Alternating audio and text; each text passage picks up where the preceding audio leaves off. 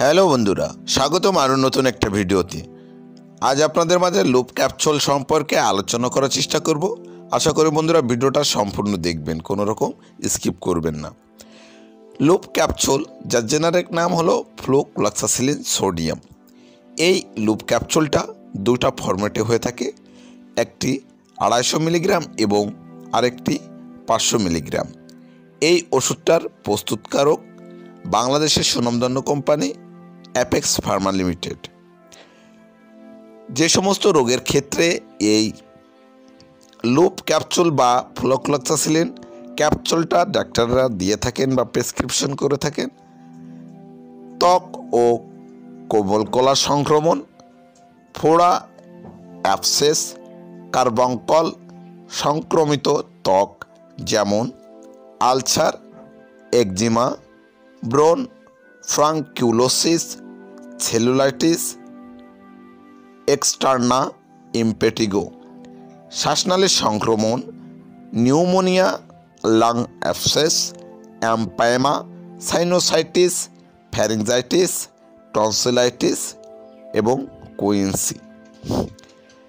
এটি ফ্লুক্লোক্সাসিলিন এর প্রতি সংবেদনশীলতা এমন সব জীবাণু দ্বারা সৃষ্ট অন্যান্য সংক্রমণের চিকিৎসায়, যেমন অস্টিওমেলাইটিস, এন্টারাইটিস, এন্ডোকার্ডিটিস, মূত্রনালীর সংক্রমণ, মেনিনজাইটিস, সেপ্টিসেমিয়া হিসাবে ব্যবহৃত হয়ে থাকে। প্রোফাইল্যাক্টিক হিসাবে এটি গুরুত্বপূর্ণ অপারেশনের সময় যে ক্ষেত্রে উপযুক্ত তার ভিত্তিতে ব্যবহৃত হয়, যেমন কার্ডিওথোরাসিক ও অর্থোপেডিক অপারেশনের ক্ষেত্রে ব্যবহার করা হয়ে থাকে।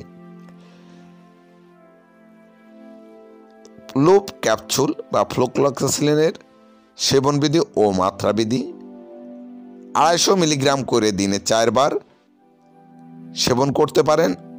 তীব্র সংক্রমণের ক্ষেত্রে মাত্রা দ্বিগুণ করতে পারেন।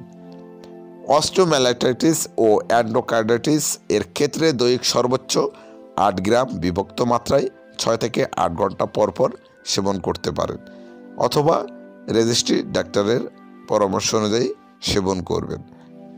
মুখে সেবনযোগ্যর ক্ষেত্রে এই ওষুধটা খাবার 1 ঘন্টা পূর্বে সেবন করলে ভালো ফলাফল পাওয়া যায়।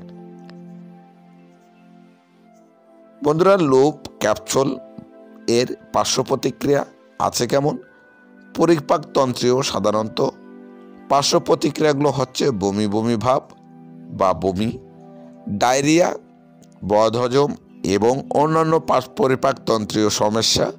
এগুলো ছাড়াও র্যাশ, আর্টিক্যারিয়া, পুরপুরা, জ্বর, ইন্টারস্টেলার নেফ্রাইটিস, হেপাটাইটিস এবং কোলেস্টেরসিস জন্ডিসের লক্ষণ দেখা দিতে পারে। তবে ভয়ের কিছু নাই, এই সমস্ত পার্শ্ব প্রতিক্রিয়াগুলো ওষুধ খাওয়া বন্ধ করলে আর থাকে না। অনেকে পার্শ্ব প্রতিক্রিয়াগুলো হতেও পারে, আবার কারণ নাও হতে পারে। যদি গুরুতর কিছু মনে করেন অবশ্যই ডাক্তারের সাথে পরামর্শ করবেন। গর্ভাবস্থায় ও স্তন্যদানকালে এই লুপ ক্যাপসুলটা সেবন করা যাবে কিনা? ইউএসএফডিএ এর প্রেগন্যান্সি ক্যাটাগরি অনুযায়ী ফ্লুক্লোক্সাসিলিন বি শ্রেণীভুক্ত ওষুধ।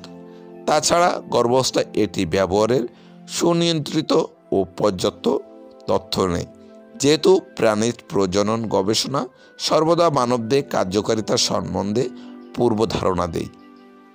যেহেতু এই ওষুধটি গর্ভাবস্থায় কেবল সুনির্দিষ্টভাবেই প্রয়োজন হলেই ব্যবহার করা উচিত।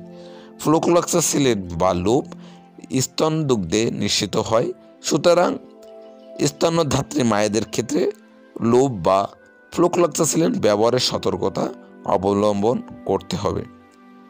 এই ওষুধটা বন্ধুরা অবশ্যই সতর্ক সহিত সেবন করতে হবে।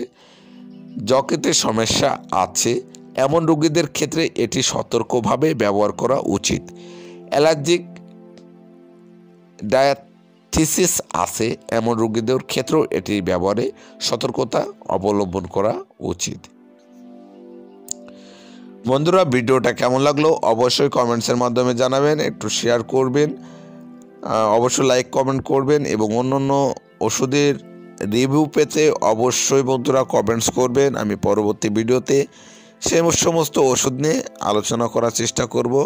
আর বন্ধুরা, যেটা না বললেই নয়, আমার পেজ থেকে দেখে থাকলে অবশ্যই পেজটা ফলো করে যাবেন এবং চ্যানেল থেকে দেখে থাকলে অবশ্যই চ্যানেলটা সাবস্ক্রাইব করতে ভুলবেন না। সবাই ভালো থাকবেন, সুস্থ থাকবেন। দেখা হবে অন্য কোনো ভিডিওতে।